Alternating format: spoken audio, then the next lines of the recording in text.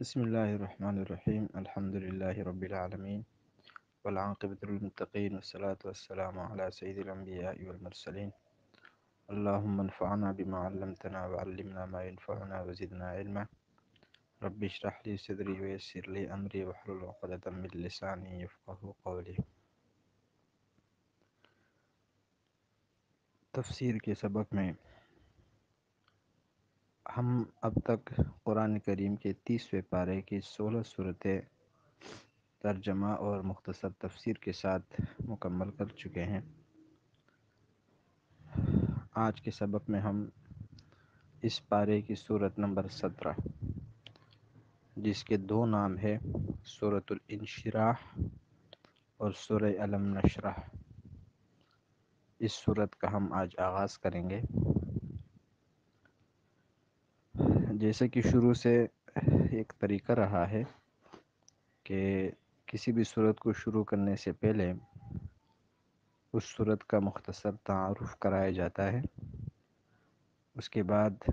اس صورت کے آیات مبارکہ کا ترجمہ ہوتا ہے اور پھر ان کی تفسیر بیان کی جاتی ہے۔ چنانچہ اسی اصول اور اسی طریقے کے مطابق آج کے سبق میں ہم اس صورت کا مختصر تعارف پیش کریں گے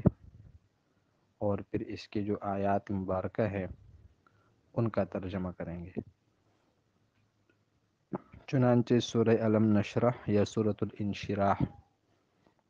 یہ مکہ مکرمہ میں نازل ہوئی اور یہ صورت کل 8 آیات پر مشتمل ہے۔ یہ جو صورت مبارکہ ہے اس کے ماقبل والی صورت سورۃ الضحیٰ کے ساتھ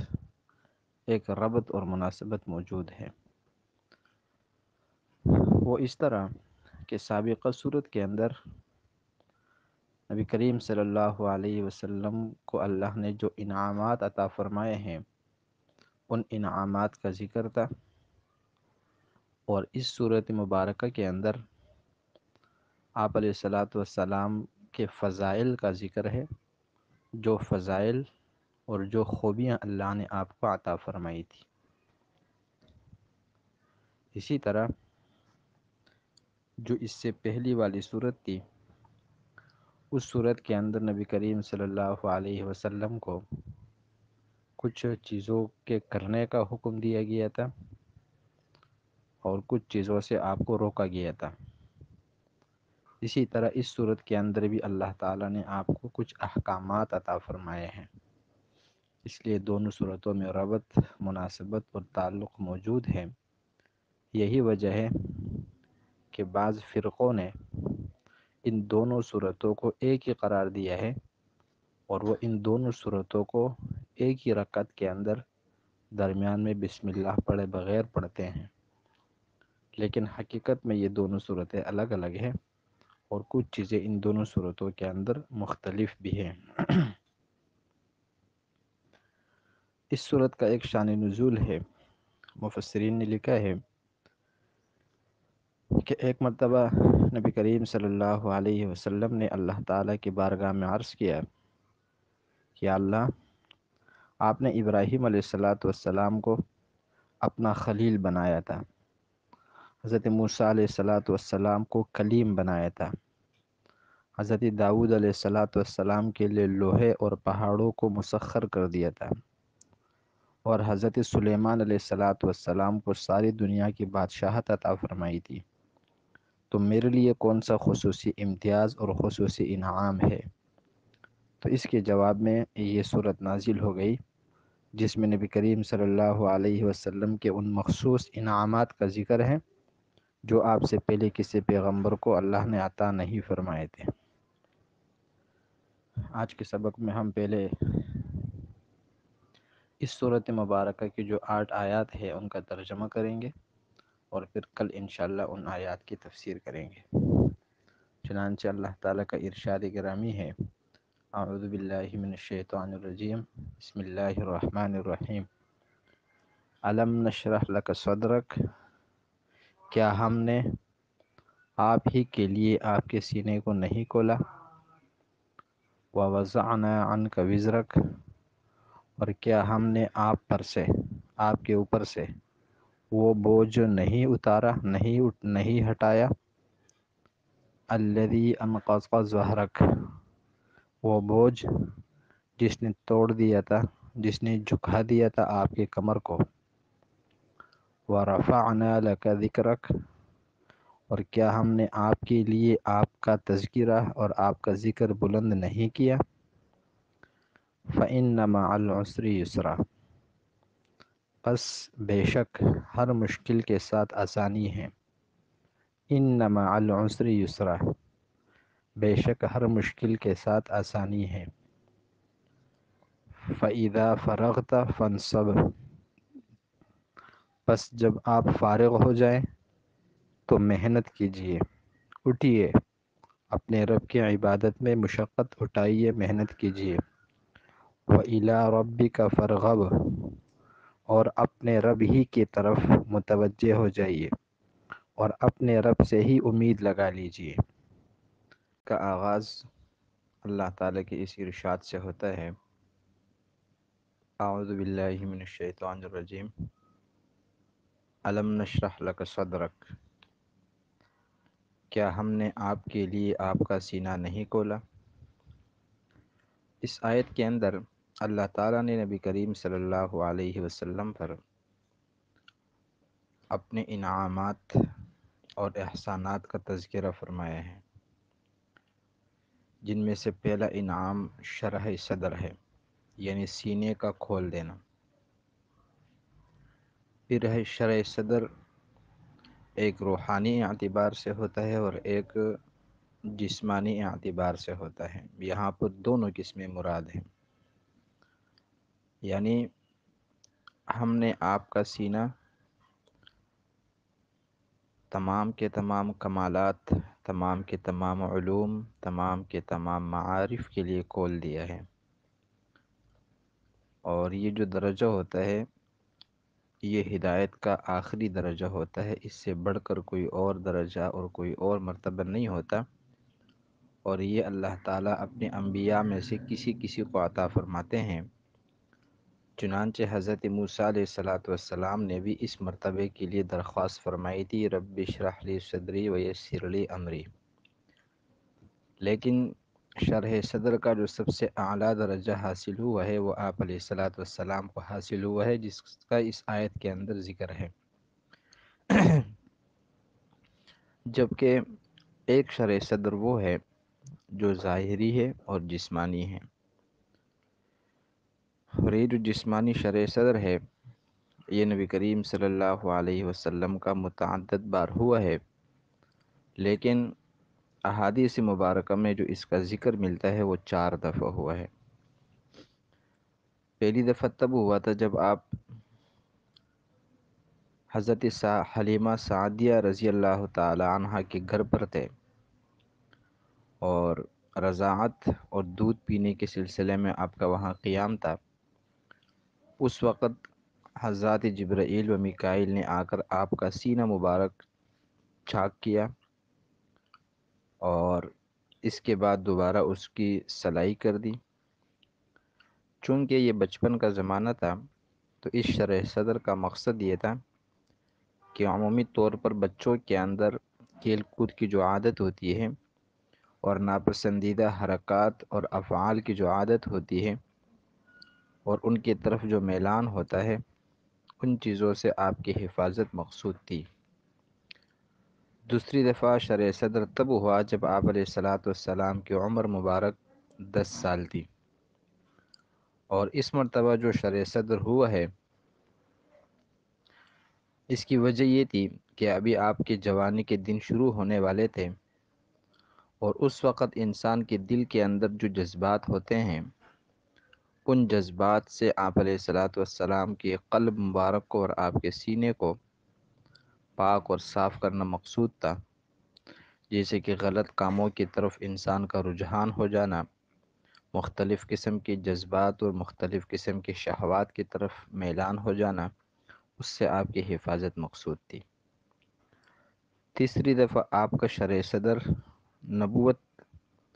کے آغاز کے وقت ہوا ہے، جب آپ پر وحی کے نازل ہونے کا زمانہ آیا اور آپ غار حرا میں تشریف لے جاتے تھے، تو اس وقت بھی آپ علیہ الصلاۃ والسلام کا شرع صدر ہوا ہے، اور اس مرتبہ جو شرع صدر ہوا تھا اس کا مقصد آپ علیہ الصلاۃ والسلام کے دل میں نبوت کا جو بوجھ ہے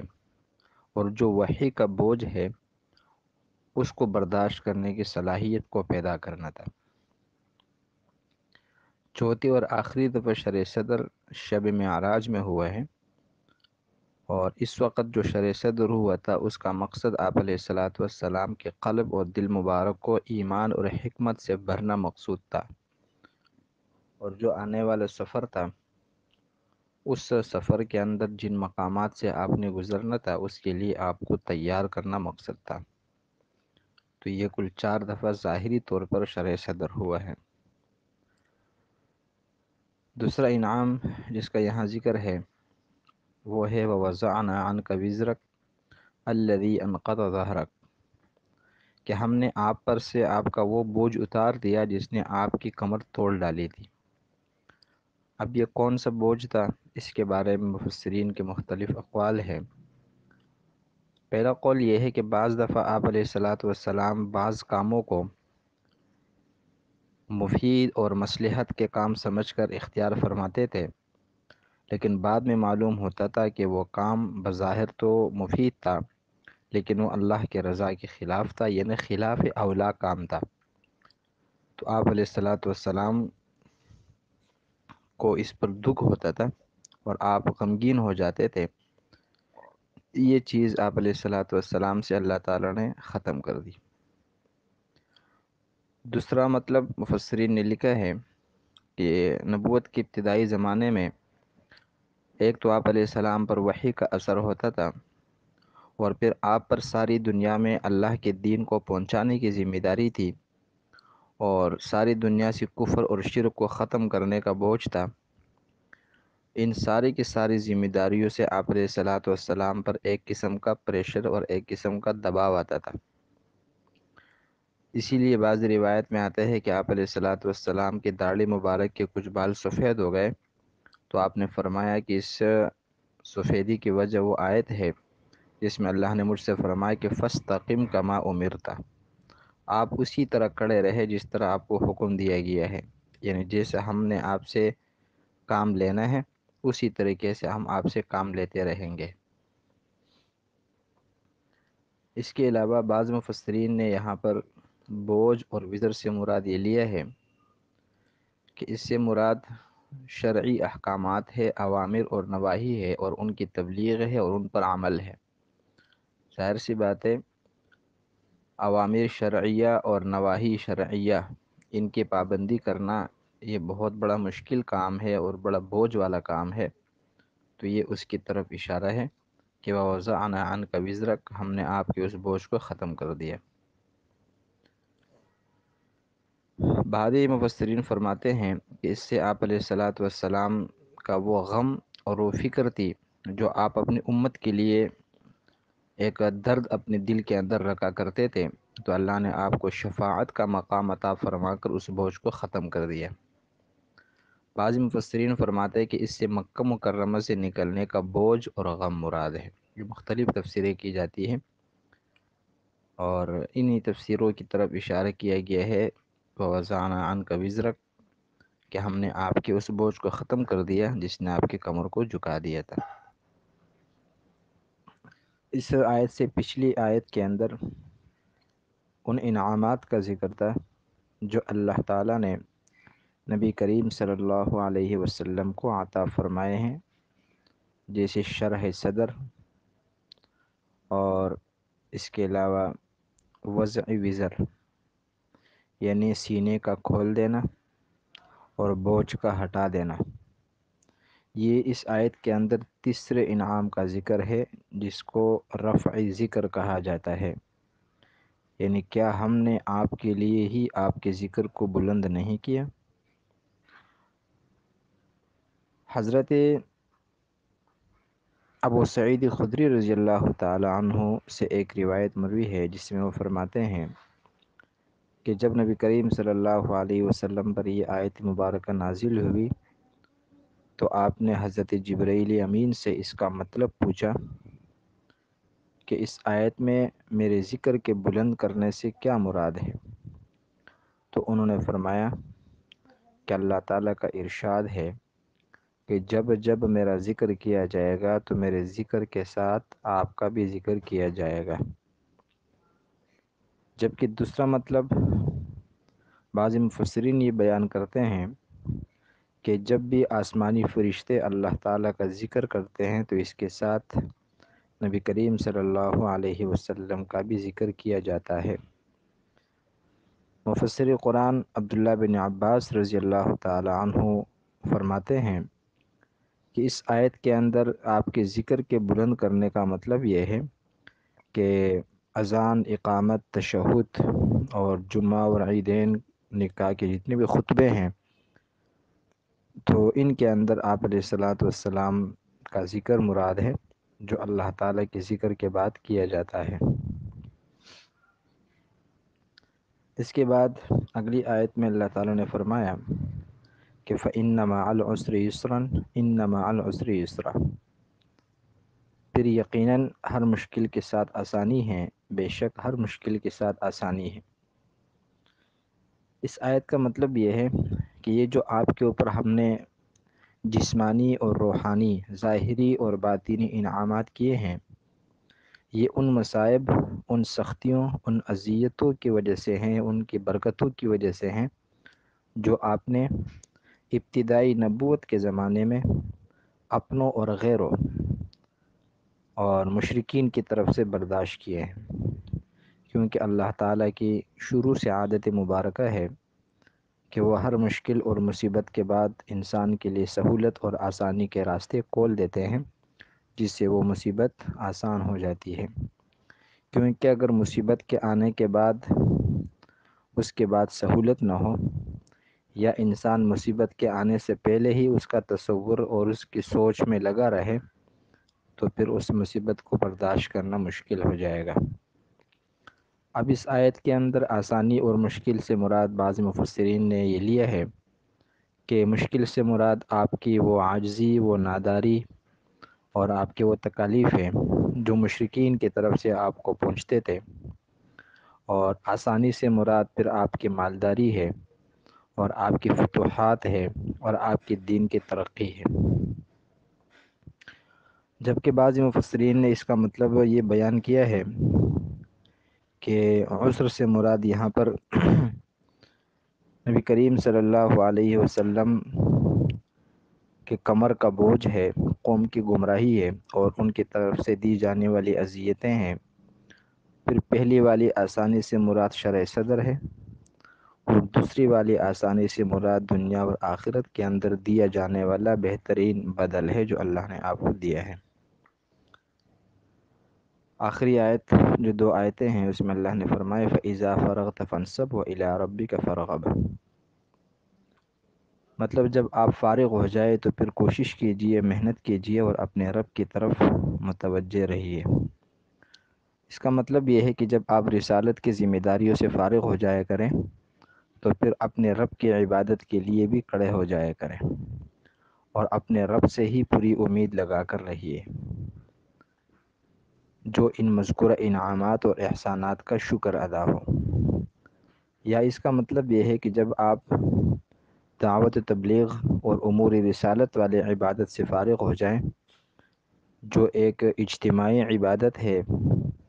اور ایک متعدی عبادت ہے، تو پھر عبادت کی دوسری قسم یعنی اپنی ذاتی عبادت، ذکر و اذکار، تسبیح و تحلیل اور نماز کی طرف متوجہ ہو جائیے۔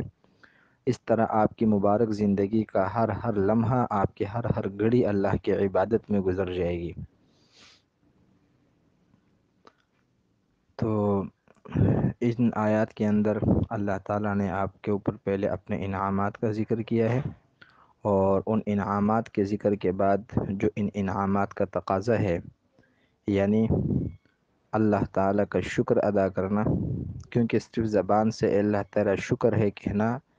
یہ حقیقی معنوں میں شکر ادا کرنا نہیں ہے، بلکہ زبانی شکر کے ساتھ ساتھ اصل شکر ادا کرنا یہ ہے کہ انسان اپنی منعم حقیقی یعنی حقیقی معنوں میں انعام کرنے والی جو ذات ہے اللہ تعالیٰ کی، اس کی عبادت میں اپنا وقت صرف کرے اور ہر مشکل گھڑی کے اندر اللہ تعالیٰ کو پکارے اور اپنی تمام تر عبادتیں اسی کے لیے خاص کر دے۔